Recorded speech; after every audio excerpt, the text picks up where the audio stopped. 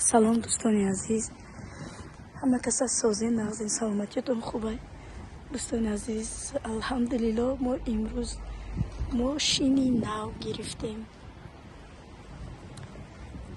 ماشین جانی ما ماشین نو مونه فولکسواген ماشینی نمیسی گرفتم. او سفر ماشینم تویوتا یاپونسکی بودی، سفر ماشینی نمیسی گرفتم. بخشش دوستان عزیز که اوزم کسلیم، اوزم گرفتگی نکی به ماشین به زیبت. الحمدلله خدا را شکر میکنم که ما به این روز بهترین سزاوار گشتیم. همش به خواست خداوند، به روزگی الهی مهربان. الحمدلله. این ماشین نوی مرا ماشین جان